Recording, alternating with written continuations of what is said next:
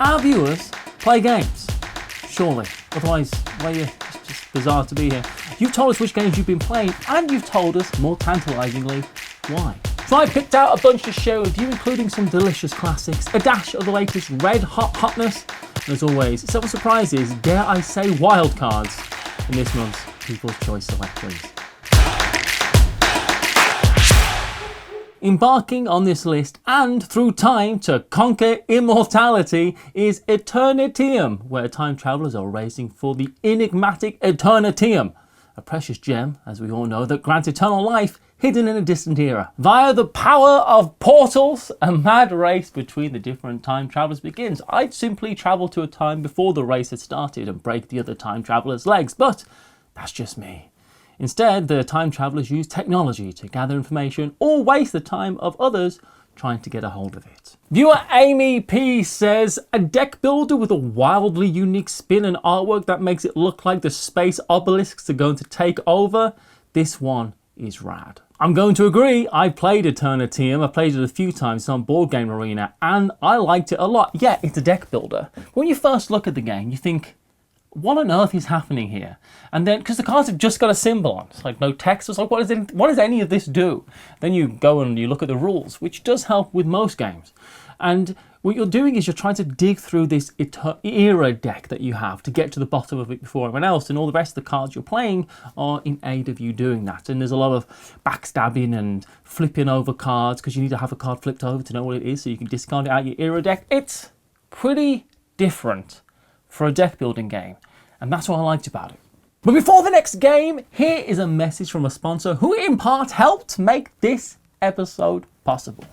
Hi, I'm Chaz Marler, Watch It Played host and board game enthusiast. But inevitably, I spend many of my game nights like this. Well, I don't know. Well, what do you want to play? So, to help me and my game group spend less time choosing and more time playing, I went and made a website called GameNightPicks.com. Now, we can suggest games ahead of time and vote on which ones to pick to play next. More time together, less time staring at the game shelf, just standing there, just wondering what to play next. The website just launched and is open to everybody, including you. You're welcome to use it too. Schedule public and private game nights, discover suggested games and make recommendations, vote on which ones to play next, set your personal preferences for each title, indicate your level of expertise, record your plays, manage your collection, and more stuff too, actually, now that I've been busy. So follow the link in this video's description to GameNightPicks.com. It's free to start using, and I hope the site helps you find your next game night picks and play more games with more people. Deep from our viewers' shelves, next is Deep Shelf, which makes sense, where breakthroughs in deep-sea mining technology have ushered in a modern gold rush as corporations position themselves to extract the ocean's riches of rare earth minerals. As corporations seek to exploit the wealth of the ocean, ecologists and research groups see the expeditions as an opportunity to study and catalogue rare life forms never before seen or encountered.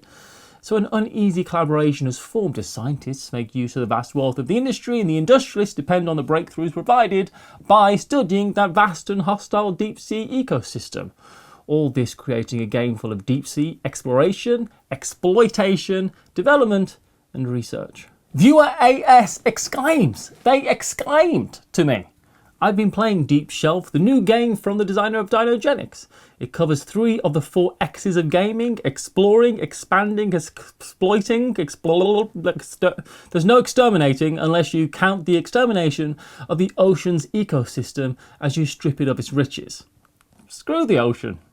It's terrible, it's scary and wet and dark. We don't need I don't think we need the ocean. They go on to say that can actually happen in Deep Shelf. One of the endgame conditions is environmental collapse. It's meaty and complex with asymmetrical factions pulling the game systems in different directions.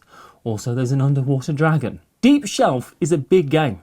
Physically, it's huge. Have you seen it on a table or two? Massive game.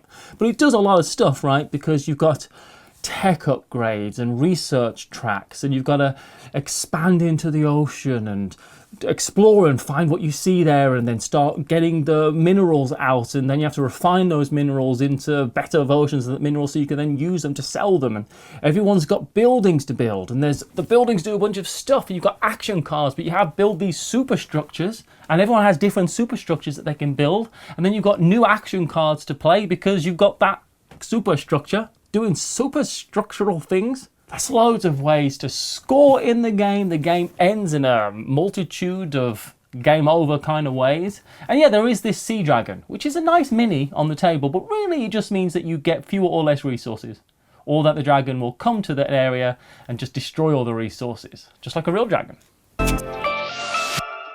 For something now just a scooch different, we've got Kira Eye, the duel where two samurais face off. Each has a hand of cards that represent movements, attacks, or special attacks on the battlefield. At the beginning of each round, two of these cards are played by each samurai face down next to the battlefield, after which they're resolved one card at a time with the aim of advancing or retreating in relation to the opponent, or striking high or striking low, attempting to cause damage. And the first to strike their opponent twice is victorious. Vincent V cut us deep with this comment. Ever think about becoming a samurai and having to battle another samurai one-on-one? Vincent, all the time. A lot. Well, Kira E is the game for you. So much thinking and trying to outmaneuver your opponent with only 6 cards. The game is superb and of great quality. Games are generally fast, but if the players are able to evade or block that last strike, the duel becomes epic. You could never play just one game. One thing I like about Kira Eye is the fact that it comes in a little wallet, which is meant to be representative of an actual wallet in Japan at the time. That's pretty thematic packaging. For what went out on the table, it's a very abstract game. The cards and the artwork, you just go, where is any of the rules of a game here? And then you kind of like decipher the cards and you start to really understand how to do it. And it is all about this huge game of rock, paper, scissors, death. You know, I'm going to move forward, you're moving back. Oh, you're attacking, but I've moved back. And then you've got these two stances, earth and heaven. And you want to do, I'm going to change to earth and do a low strike. And then you're going to change to high and move. It's really tense and tactical. And I feel like you could kind of almost get into the theme of it while playing this game. To say it's so abstract. It's a cool little game. Another small game packing a big heart is Clinic 9. Clinic 9, probably not that second one, this is probably the first. This is the second game of Wave 2 of the Nano 9 game series, a series that includes games like City Planner, Empire and 12 Patrols, which all have been very compact in common. Clinic 9 is a fully fledged whole dang hospital building game though, that uses just 9 cards, 9 cubes and 9 dice. Cards are used for floor cards for your clinic buildings, action cards perform various actions, and planification cards, and even a handy dandy track card. And dice, well, they can be patients, doctors, nurses, orderlies, gardeners, cylinders, entrances. I missed that thing off the list. This is a longer list than you'd think. The cubes, they're tracks for money, popularity, cars, parking lots, rounds, and hopefully the number of treated patients. Daryl's heart is racing to tell us that Clinic 9 takes the massively complicated game of Clinic Deluxe and turns it into a very small but still massively complicated game. There's so many clever shortcuts taken to shrink it down in size with some of the most unique action cards I've seen, but nothing beats having to imagine where the doctors and patients are while the new doctors and patients arrive. I played Clinic Deluxe. It's a big game. It's a big game with big choices and big stuff going on and a big rulebook and lots of pages on Board Game Geek which clarify that rulebook. And what is kind of phenomenal about Clinic 9 is how it really does, with this very, very few components, open that whole game up.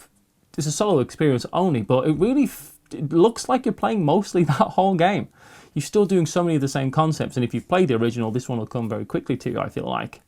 And it's tough. You are really got to make your choices. You're taking these cards and they've got various actions on, and you've got to choose which ones you're going to use, and then you're trying to have a row of these actions, and then you can't use one of the sides of the card, and then the next round you're going to have those cards but the other way around. There's a lot to think about in a devilishly small package. Pulling up now, we've got Bus, which, as you can imagine, is about attempting to deliver as many people to their destinations as possible. To achieve this, route markers are placed out, connecting passengers to their destinations. However, the destination type vary from turn to turn as passengers make their way through their daily grind, all while never slowing down, otherwise the bus will explode. This game is all about buying more buses, building routes, bringing new passengers into town, expanding the city itself, not to mention the rival bus drivers around the board who are all trying to do the same. Can't they just get along? These games are intimidating by Splotterspielen, and Bus is kind of it's one of these outliers, innit? Because it's pretty easy to get into. The rules aren't that complicated to Bus. Watch It Played actually has its own 18-minute tutorial. That's shorter than a lot of tutorials we do. But it's the depth of strategy in Bus that really captivates and keep people coming back to it. I really want to play this because I like the worker placement dominant species and I love the route building of railways of the world. I can't say it, can I? Railways of the world. So this, honestly, it's called Bus though, innit? I'm gonna have to play Bus, aren't I? Keeping players spellbound, I've seen a Marvel film once, is Witchstone. I love this game. At least that's what I'd say if I were an unbiased professional, which, spoiler, I am not. As an established guild of representatives, it's time to gather round your cauldrons to create magical spells, build networks of magical energy, perhaps send out witches on some errands, I guess, as well as make special use of pentagrams and the magic wands, all while keeping a keen eye on the prophecy scrolls in order to ensure victory. This is all done by playing out domino-style tiles with actions on them, attempting to create groups of like symbols to power up those actions to the gigawatts, moving up various tracks, getting more combos than a Street Fighter in a McTekken restaurant. Drew A is spooktacularly excited about Witchstone, saying even Reiner Knizia can't resist spooky season with this game of competing witches. Mixing the tile placement of the game ingenious with an action selection mechanism and a board to move around, this game is chock full of great combos. By the late game, you're triggering action combos that feel really satisfying and make you feel smart. Smart to make you feel.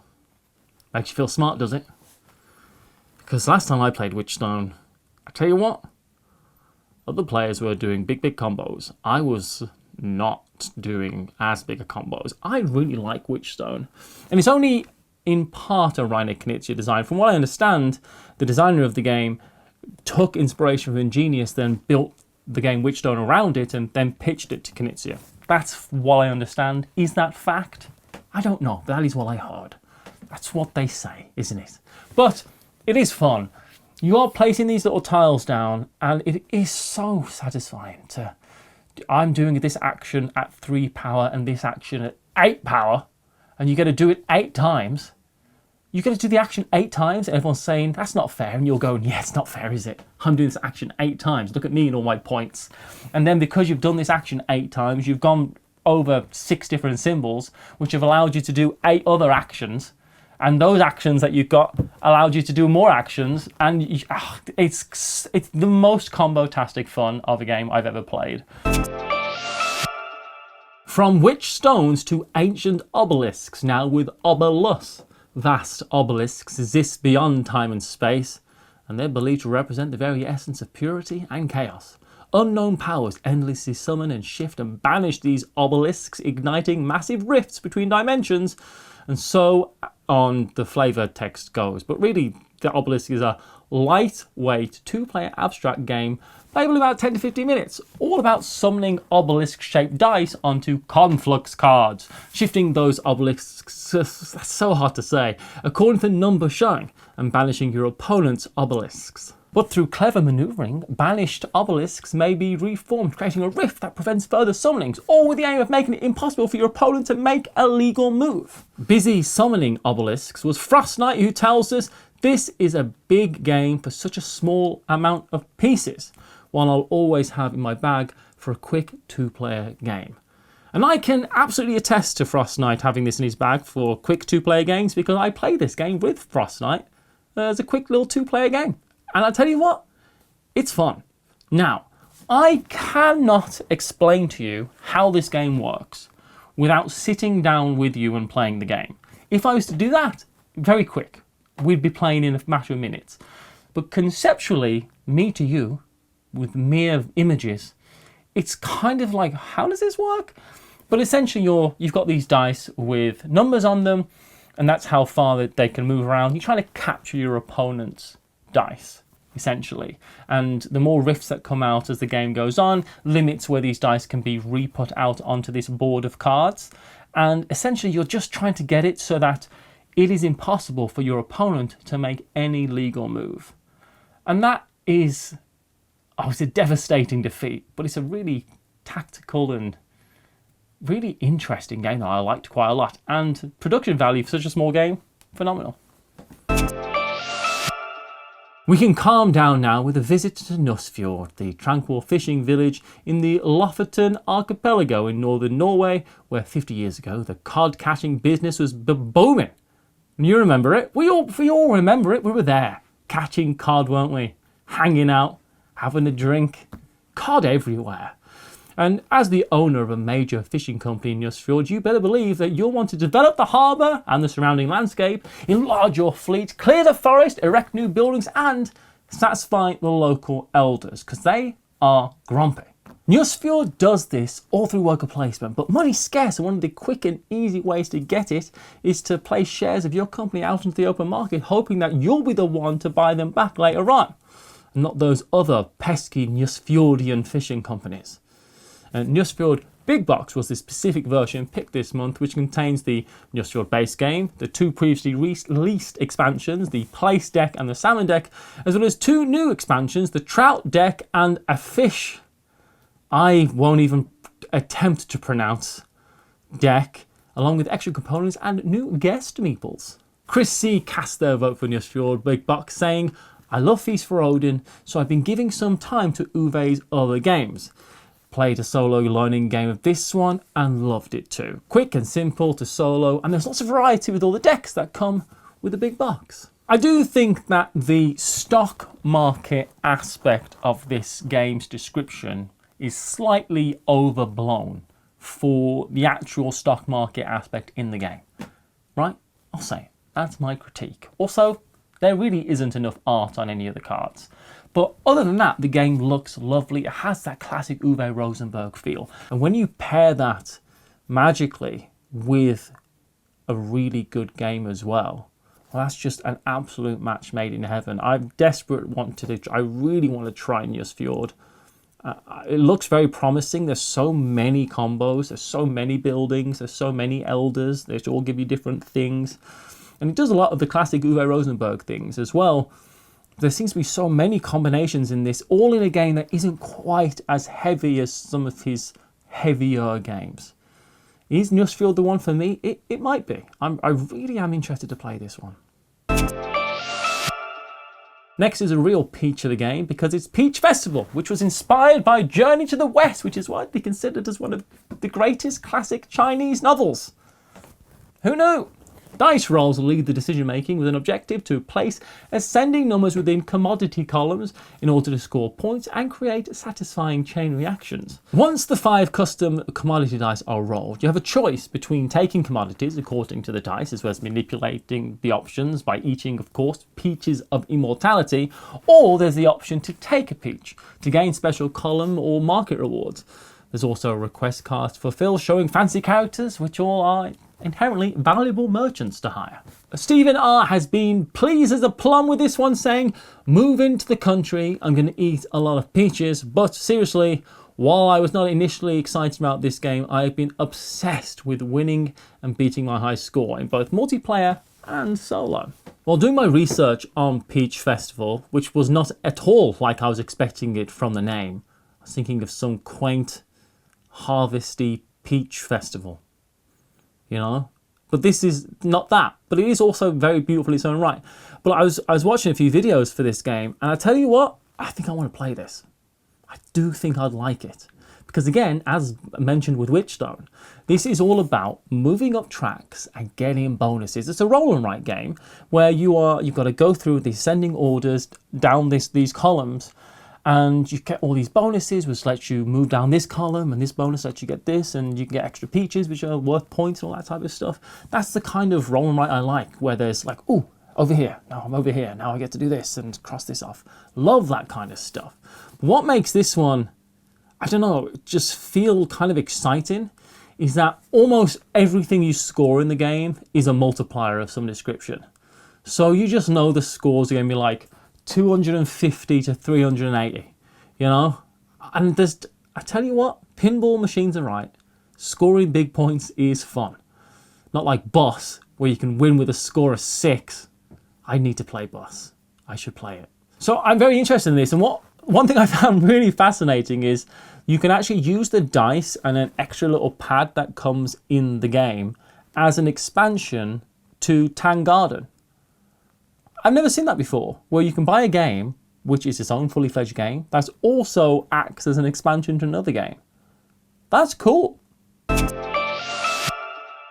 And with no more monkey business in sight, we finally have Monkey Palace, which is a brand new jungle-themed Lego game of light strategy that incorporates both collaborative and competitive elements. Constructing the Monkey Palace is no small feat, especially while you're competing for the highest brick to gain income and points, all under the watchful gaze of the monkey.